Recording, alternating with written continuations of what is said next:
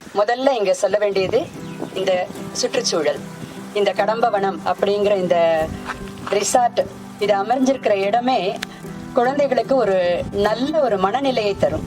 மலையடி வாரத்துல ஒரு அழகான ஒரு சூழல்ல இந்த ரெசார்ட் அமைஞ்சிருக்கு.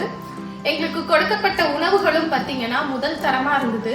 இதுல மொத்தம் 3 பகுதி. நோ யுவர் ரூட்ஸ் அது ஒண்ணு, அடுத்தது ஆக்டிவிட்டிஸ், அதுக்கப்புறம் சுற்றுப்பயணங்கள். இது தொடர்பான சுற்றுப்பயணங்கள்.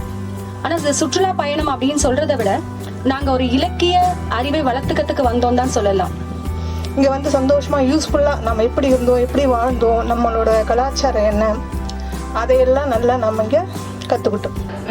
நாங்க எதிர்பார்க்காத அளவுக்கு தமிழ்ல இவ்வளோ விஷயங்கள் இருக்குமா அப்படின்னு சொல்லிட்டு நிறைய விஷயங்கள் வந்து பசங்களுக்கு சொல்லி கொடுத்தாங்க. டீச்சர்ஸ் நாங்களுமே பாத்தீங்கன்னா நிறைய விஷயங்கள் கத்துக்கிட்டோம். நிறைய விளையாட்டு முறையில நிறைய ஆக்டிவிட்டிஸ் நிறைய கொடுத்தாங்க. அந்த ஆக்டிவிட்டிஸும் தமிழர் மரபை ஒட்டி தான் இருந்தது. நிறைய விஷயங்கள் தெரிஞ்சுட்டாங்க பசங்க, ரொம்ப ஆர்வத்தோட அதுல பங்கேற்றாங்க. அந்த ஆக்டிவிட்டிஸ்லயே கேம்ஸ் ரொம்ப நல்லா இருந்தது. நாங்களே நிறைய கத்துக்கிட்டோம்.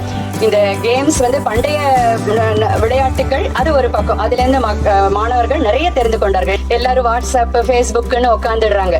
இது பெருகின காலத்துல இந்த மாதிரி ஒரு கேம்ப் அவங்களுக்கு கண்டிப்பா அவசியம்தான். சங்ககால தமிழர்கள் வாழ்ந்த இடங்களை காட்டணும் அப்படின்னு சொல்லிட்டு கீழடிக்கு அழைச்சிட்டு போனாங்க. இங்கேருந்து கொஞ்சம் தூரத்தில் சிவகங்கை டிஸ்ட்ரிக்ட் இருக்கு. ஸோ சிவகங்கை டிஸ்ட்ரிக்ட்ல இருக்கக்கூடிய கீழடி மியூசியம்.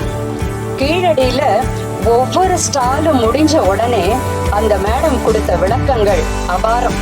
கண்டிப்பா இது வேற யாருக்கும் கிடைச்சிருக்க வாய்ப்பே கிடையாது. எங்களுக்கே புரிஞ்சிருக்காது வெறும்னே பார்த்துட்டு வந்திருந்தோம்னா.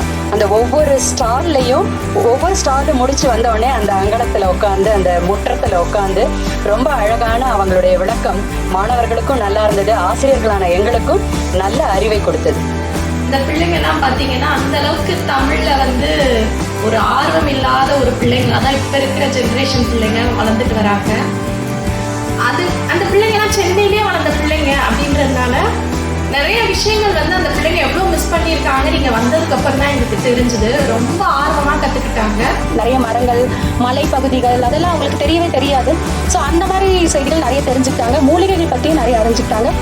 நம்மளுடைய கலாச்சாரம் வந்து எந்த நூற்றாண்டுலேருந்து வந்திருக்கு, இன்னும் நாம வந்து அந்த கலாச்சாரத்தை ஒட்டி தான் வாழ்ந்துட்டு இருக்கோம். இனிமேலும் அதை தொடர்வோமா, இல்லை வந்து வேற்று கலாச்சார உணர்வுகள் வந்து நிறைய மனதுக்குள்ள வந்திருக்கிறதால அதை நாமளே அழிச்சிடுவோமான்ற பெரிய ஒரு கேள்விக்குறியோட தான் நாங்கள் இங்கே விடைபெறுறோம். இதெல்லாம் வந்து ஸ்கூலில் அவங்க போயிட்டு அவங்க பேரண்ட்ஸ் கிட்டையும் சரி ஸ்கூல்லையும் மற்றவங்கள்ட்டெல்லாம் அதை சொல்லும்போது அவங்களாம் வந்து நம்ம எவ்வளோலாம் இழந்துட்டு வந்திருக்கோம், இனிமேலாவது நம்ம அதெல்லாம் இழக்கக்கூடாது அப்படின்னக்கூடிய எண்ணத்தை தூண்டுவாங்க அப்படின்னு நம்புறோம் நாங்கள். அந்த முறை, வழக்கம், பద్ధதி, இந்த கலாச்சாரம் இதையெல்லாம் சொல்லி மாணவர்களை ஆசிரியர்கள் முறைப்படுத்தணும், குழந்தைகளை பெற்றோர்கள் முறைப்படுத்தணும் அப்படிங்கிறத நாங்க உணர்ந்தது இந்த கேம்ப்ல. மிக்க நன்றி.